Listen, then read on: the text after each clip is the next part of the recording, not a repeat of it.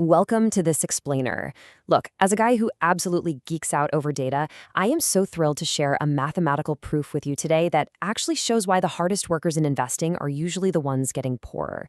I know, we've all been taught that building wealth requires this constant, endless grinding, but the numbers tell a completely different, honestly, almost insulting story. So picture this. Over here on the left, we've got David. He's frantic, sweating over his cracked phone screen at 2 in the morning, trying to time the market, making literally hundreds of trades a year. And on the right, meet Elena. She bought a single index fund years ago, set up automatic deposits, and purposely forgot her password. Guess who's actually winning? Yeah, we're going to dive right into this because the answer is going to completely flip how you think about building wealth. Section 1. The expert myth. To really get why Elena is effortlessly crushing David, we first have to totally blow up this idea that Wall Street professionals possess some secret crystal ball that everyday people just don't have. There's this brutally honest scoreboard called the Spiva Report, published by the people who run the S&P 500. Get this. Over a 15-year period, nearly 90% of highly paid fund managers, we're talking people with Bloomberg terminals, huge teams of analysts, massive salaries, actually lost to a brainless index fund. 90%. The pros whose entire job is to beat the market mostly lose to a strategy that a sloth could run in its sleep. Now, you're probably thinking, okay, well, I'll just find the hot shots in that 10% who did win and hire them, right? Well, the data totally crushes that idea too. When researchers took the top-performing funds in 2020 and tracked them, exactly 0 of them were still in the top quarter 4 years later. Winning one year tells you basically nothing about the next.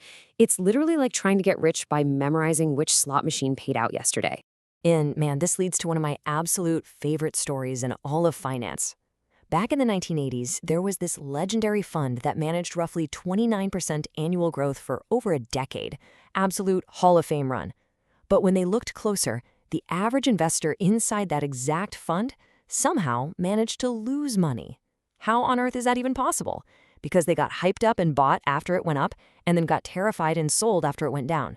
They couldn't stop tinkering with it. As the old saying goes, your investments are a lot like a bar of soap. The more you handle them, the smaller they get. Listen, jumping in and out of the market is just pure financial poison. Let's put this into perspective. If you invested $10,000 in the S&P 500 from 2003 to 2022 and just took a 20-year nap, you'd have ended up with about $65,000. But if you tried to be clever, dodged the crashes, and just happened to miss the 10 single best days over those 2 decades, your money gets slashed under $30,000. You lose more than half. And the cruel cosmic joke here, those best days almost always happen right next to the absolute worst days. So jumping out guarantees you miss the bounce. All right, moving on to Section 2, the tyranny of costs. Because beyond terrible timing, David is also trapped by a hidden leak, quietly bleeding away his wealth to pay for his wealth manager's fancy custom suit, what John Bogle called the tyranny of compounding costs. Say you have a single dollar. If it grows at 7% for 50 years, it becomes about $30. But if an advisor skims just a standard 2% in fees off the top every single year, that return drops to 5%, and that same dollar only becomes $10. Think about what just happened there. You put out 100% of the money, you took 100% of the risk, and the financial industry just legally pocketed 2/3 of your final reward. Wild, right? And it's not even just the advisor's fee. Active funds themselves are incredibly expensive. David is paying around 60 cents for $100 a year for his professionally blessed, hand-picked funds. Meanwhile, Elena's boring index fund, it costs her just 3 cents. David is basically paying a personal trainer triple the going rate to make him run slower, while Elena is sitting back enjoying massive returns paying practically nothing. Which brings us to Section 3, the lazy machine. So if the experts lose and the fees bleed you dry, what's the actual winning move here? Well, Fidelity found over 650,000 everyday 401k millionaires who got rich using this exact effortless path. The craziest part is how insultingly simple Elena's machine really is. Step 1, grab the free money. If your employer offers a 401k match, that is an instant, guaranteed return on your money. Take it. Step 2, buy a single fund that owns the whole market, like a total market fund or a target date fund that automatically gets safer as you age. Step 3, automate the deposits, and literally intentionally forget your password. Why does this work so incredibly well? It's the silent, heavy lifting engine of compounding. If you simply stash away $500 a month into one of these boring funds and earn the market's long-run average, over 30 years, you are sitting on roughly $987,000. That's almost $1 million just for being perfectly, consistently lazy and letting that engine run in the background of your life. Now, before we pop the champagne and declare this a flawless magic system for everybody, let's hit Section 4, brutal honesty, because we need to drop the hustle culture talk for a second and get real about pulling this off. There is one massive, non-negotiable requirement for this strategy. You absolutely must have a cash surplus.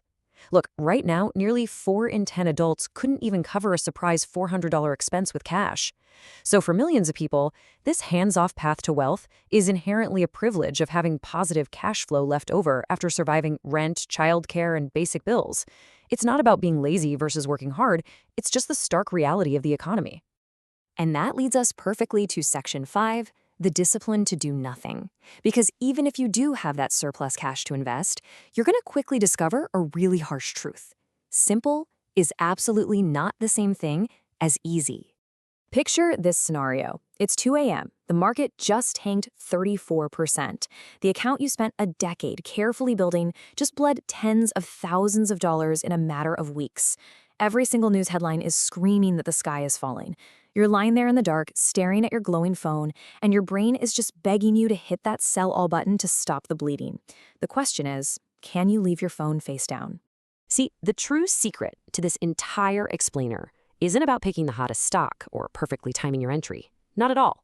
It's about having the almost superhuman discipline to put that phone face down on the nightstand, roll over, and go back to sleep. In the stock market, wealth isn't the reward for outsmarting everyone else. Wealth is the reward for restraint. David is going to spend the next decade working incredibly hard, refreshing his cracked screen, and paying massive fees just to underperform. Meanwhile, Elena, she gets rich on purpose just by letting her boring automatic deposits ride out the storms. So lock this into your brain next time you log into your brokerage account. Clever is expensive, boring is completely free. The market literally pays you to sit still and do nothing. So the next time your brain begs you to do something clever with your portfolio, ask yourself this. Are you willing to be a little lazy on purpose so your money can finally do all the hard work? Because honestly, doing absolutely nothing might just be the exact move that makes you a millionaire.